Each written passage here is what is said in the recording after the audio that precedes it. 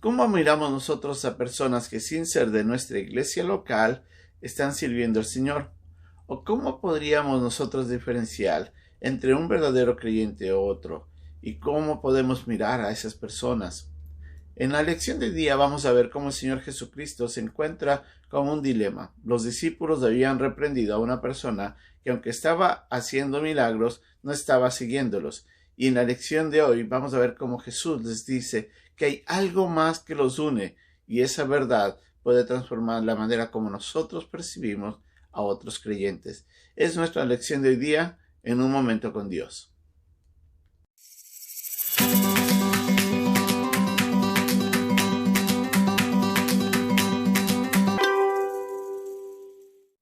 Refieren los historiadores que aunque entre Martín Lutero y Felipe Melanchthon había una considerable diferencia de edad y de temperamento, pues el primero era unos 14 años mayor que el segundo y era aquel más violento que éste en la manera de tratar los asuntos relacionados con la Reforma, y aunque algunas veces también estuvieron distanciados como por un poco de tiempo por esas diferencias doctrinales, los dos grandes reformadores siempre estuvieron vinculados por el profundo vínculo del compañerismo cristiano, que les hicieron olvidar esas diferencias y ponerse de acuerdo.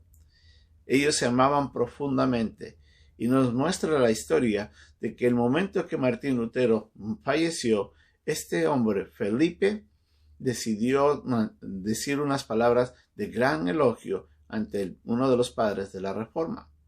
En esta historia nosotros podemos ver algo que es muy importante. A veces habrán ciertas diferencias en la manera de percibir ciertas cosas dentro de la iglesia, pero las diferencias doctrinales fundamentales debería ser lo que nos une para poder compartir con otros creyentes. En el pasaje que estamos leyendo hoy día, en Marcos, en el capítulo 9, en el versículo 38, nos dice que Juan le responde al maestro diciéndole: hemos visto a uno que en tu nombre echaba fuera demonios, pero él no nos sigue y se lo prohibimos porque no nos seguía. Jesús le dijo: no le prohibáis, porque ninguno hay que haga milagro en mi nombre que luego pueda decir mal de mí, porque el que no es contra nosotros, por nosotros es.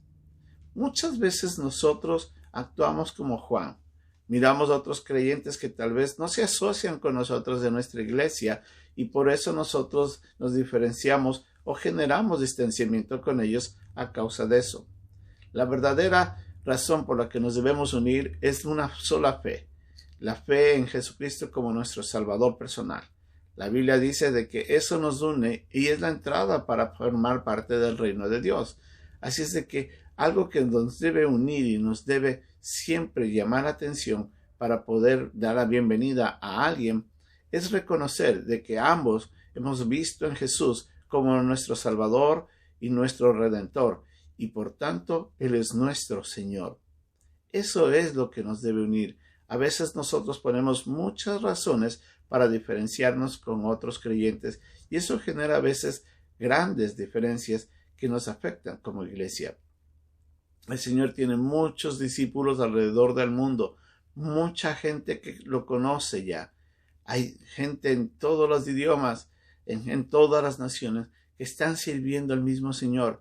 Y sí, habrán ciertas diferencias en cuanto a la manera de las doctrinas, pero no son diferencias doctrinales fundamentales. Y eso es lo que nos debe a nosotros ayudar a reflexionar cómo percibimos la manera como nos diferenciamos y cómo, tal vez, si es posible, poder unir esfuerzos para poder servir al mismo Señor. La Biblia nos muestra de que hay una razón por la que nos podemos unir. Y Pablo lo puso de esta manera en el capítulo 4 de Efesios. Hay un solo Señor, una sola fe, un solo bautismo, un solo Dios y Padre de todos, quien está sobre todos, en todos y vive por medio de todos. Debemos de entender algo. Hay un solo Señor, es el Señor Jesucristo. Hay un solo Dios creador, y eso sabemos que es Dios del Padre. Y todos nosotros, los que hemos sido salvos por la gracia de Dios, a través del mensaje del Evangelio, entramos a formar parte de la iglesia del Señor. Y sí, Cada uno de nosotros tenemos un propósito en el lugar en donde estemos. Nuestra iglesia local podrá ser diferente a la iglesia local de otro pueblo o de otro lugar en nuestra propia ciudad, pero todos servimos al mismo Señor. En vez de luchar, en vez de combatir unos a otros, a veces deberíamos dar gracias a Dios porque hay otros creyentes que están sirviendo, que están predicando el Evangelio, que están alcanzando a la gente que necesita saber de que hay un Dios que transforma nuestras vidas. Y demos gracias por aquellos. Y nosotros también sigamos haciendo la misma tarea.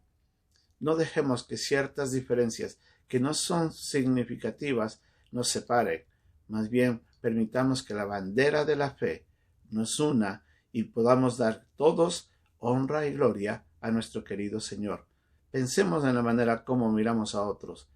Alabemos al Señor por la manera como Él se glorifica a través de otros creyentes en todo el mundo.